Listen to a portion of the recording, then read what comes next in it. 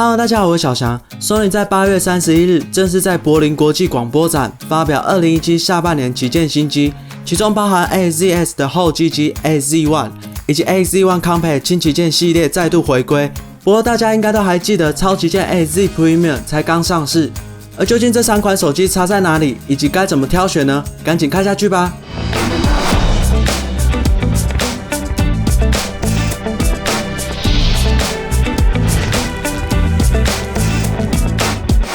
首先，让我们看看 XZ1、XZ1 Compact 主要规格。在外观上，三者依旧延续 AZ 的设计风格，比方说4个边角都是较为方正，还有像是采用环面设计，让左右边框呈现出圆弧状，能够提升握感舒适度。另外，在整体设计上继续采纳全融合元素，可以看到无论是正面、反面还是侧边，又或者是主题背景，都采用相似的色调，让整体看起来更为一致。而机身尺寸部分 ，AZ Premium 在长度、宽度以及重量上，因为拥有最大的萤幕，所以比起其他2款都还要来得多。AZ1 的长宽则是介于2者之间，但厚度则是3者里面最薄的。而拥有小尺寸萤幕的 AZ1 Compact 在体积上是3者里面最小的，重量也只有140克，不过拥有最厚的厚度。接着看到材质上，虽然3者在正面部分都使用康宁第5代玻璃，但背盖以及侧边则有相当大的差异。AZ Premium 主要由正反 2.5D 玻璃组成，上下边框则是采用金属材质，并在边缘处加入钻石切割，左右边框则是塑胶制成。AZ1 的背盖以及边框则是使用一体成型的金属材质，而为了加强收讯效果，在左右侧边加入 U 型天线，另外背面处也可看到天线。最后说到 AZ1 Compact， 主要是以玻璃纤维材质来打造机身，而在上下边框则使用金属材质，并使用钻石切割来点缀。紧接着看到正面配置，3者并没有太大差异，依旧采用16:9比例的萤幕，以及拥有正面立体声双喇叭，而前镜头以及感应器的位置并没有太大的差异，依旧位于听筒左右侧。再来转到背面，3者同样维持简洁干净的设计，主镜头一样放在左上角，和右侧一样摆放闪光灯、雷射对焦以及 RGBC 红外线感应器。不过比起 AZ Premium， 其他2款则是把它对齐中线。另外 AZ1 还把 NFC 进场通讯整合在这个区域。至于 logo 则一样维持在中间处，而侧边按键则没有太大差异，3者音量键都一样摆在电源键的上方处，而电源键依旧具备指纹辨识功能。另外也保有 Xperia 独有的相机键设计。不过比较不一样的是，在 XZ1 以及 AZ1 Compact 的上下边框，不像 AZ Premium 是平整设计，而是采用弧形边缘。在颜色部分 ，AZ Premium 共有3种，包含近银、近黑以及近粉。AZ1 则拥有4种色系，像是夜空黑、晨曦银、月光蓝以及金星粉。而 AZ1 Compact 也同样具备雾夜黑、皓雪银、湖水蓝以及幻月粉4种色调。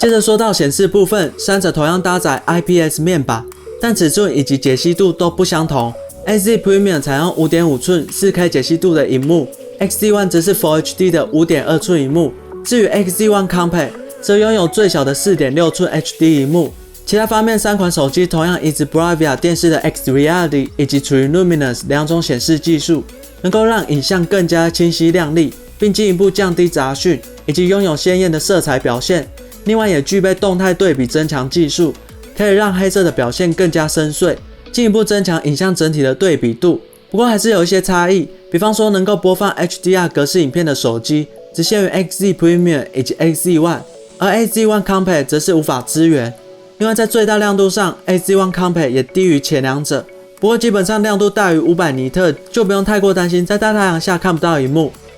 再来说到主相机，最新发表的 AZ1 Compact 延续了 Motion Eye 镜头，在硬体上与 AZ Premium 完全相同，采用上1900万画素 2.0 光圈的镜头，以及2.3大尺寸的 Sony IMX400 感光元件，也是全球首款内建记忆体的感光元件，比起过去能够提升5倍的影像处理速度，而像素也增加到 1.22 微米，能够加强整体夜拍品质，不过还是没有加入光学防手震。再看到对焦部分，使用上3重侦测系统，包含预测追踪对焦、能够在拍摄时持续对焦移动的物体，进而减少物体失焦的情形。再来，雷射对焦能够在光线不足的场景下，进一步测量正在拍摄的物体距离，提高整体对焦速度。最后 ，RGBC 红外线感测器则是能判断当下的光线，帮助画面获得更准确的白平衡。而这次在应用上一样延续960 fps 慢动作拍摄以及预先拍摄功能，不过这次在预先拍摄中还加入脸部侦测。过去只有针对正在移动的物体才会开启这项功能，但现在能够辨识出正在微笑的人物，进而拍下4张照片供你选择。另外也加入自动追焦连拍功能，不过可别小看这些技术，很多手机都无法以全画素来进行连拍，更何况还要在拍摄时持续对焦，而这些能力也都归功于这片感光元件。同时也新增一项 3D 即时扫描技术，并支援4种扫描模式。只要透过手机镜头，利用30到60秒的时间，就可以建立 3D 模型。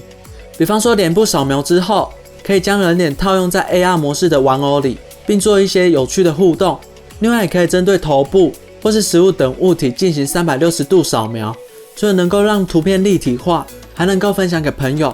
另外还能透过 3D 列印将模型制作成实体。虽然这部分 AZ Premium 目前还没有，但预计未来更新后会有这些功能。紧接着看到前相机 AZ Premium 与 AZ One 同样搭载1300万画素 2.0 光圈的镜头，并使用上更大的感光元件。另外在低光源的环境下，照片的 ISO 值可到6400，而 AZ One Compact 则是采用800万画素 2.0 光圈，但使用上更为广角的镜头，能够容纳更多的景物，并可在120度以及80度之间做切换，而两者都具备自动对焦以及录影5轴数位防手震。音讯部分，三者同样都具备正面双喇叭设计，也保留 3.5 毫米耳机孔，位置皆位于手机顶部，同时也支援 Hi-Res 高解析音乐输出，并具备数位降噪技术，开启后能够去除大多数的环境杂音，另外也能针对 MP3 等格式进行声音还原，以及让喇叭声音更立体的 S-Force 环绕音效技术。至于防水防尘部分，三者同样都具备 IP65、IP68 等级，能够完全防止灰尘进入手机，以及抵挡低压水柱的冲击。另外也可在 1.5 公尺深的清水中浸泡30分钟。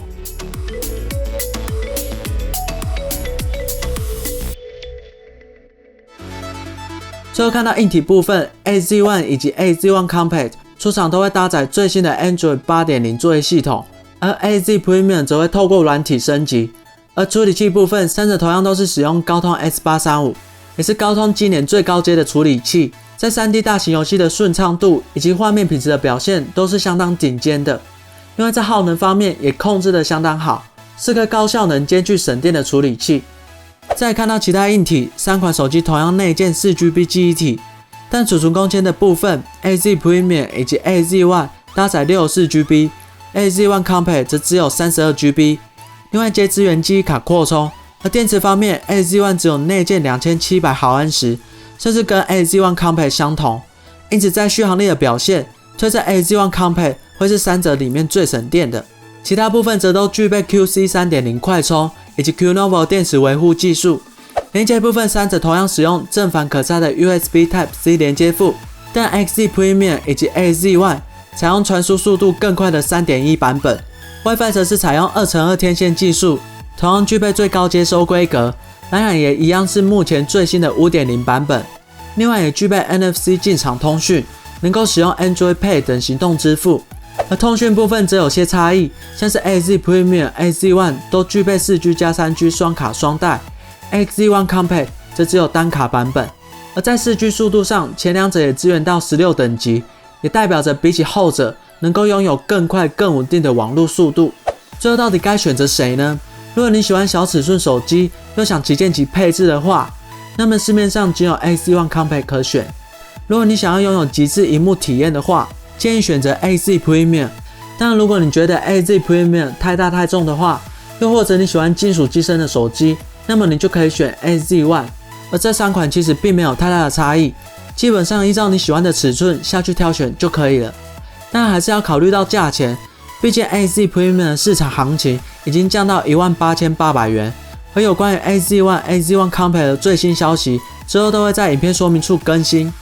最后想问大家，看完影片后，你会选择购买哪一只手机呢？赶紧在右上方投个票吧！还有别忘了在影片底下分享你选择的原因哦。